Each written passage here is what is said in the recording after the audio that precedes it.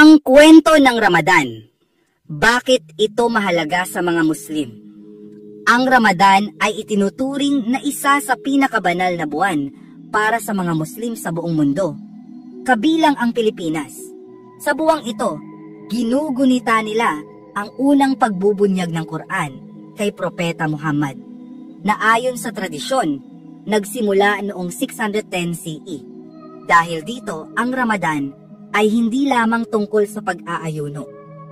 Ito ay panahon ng panalangin, sakripisyo, at pagbibigayan. Mula madaling araw, suhor, hanggang paglubog ng araw, iftar, hindi kumakain o umiinom ang mga Muslim. Ang pag-aayuno ay isa sa 5 haligi ng Islam na naglalayong palakasin ang pananampalataya at disiplina.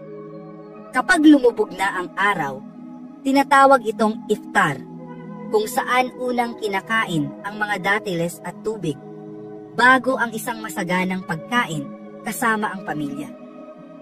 Ang huling 10 gabi ng Ramadan ay itinuturing na pinakamakapangyarihan, lalo na ang Laylat al-Qadr o Gabing ng Kapangyarihan, na pinaniniwalaang mas mahalaga pa sa 1,000 buwan.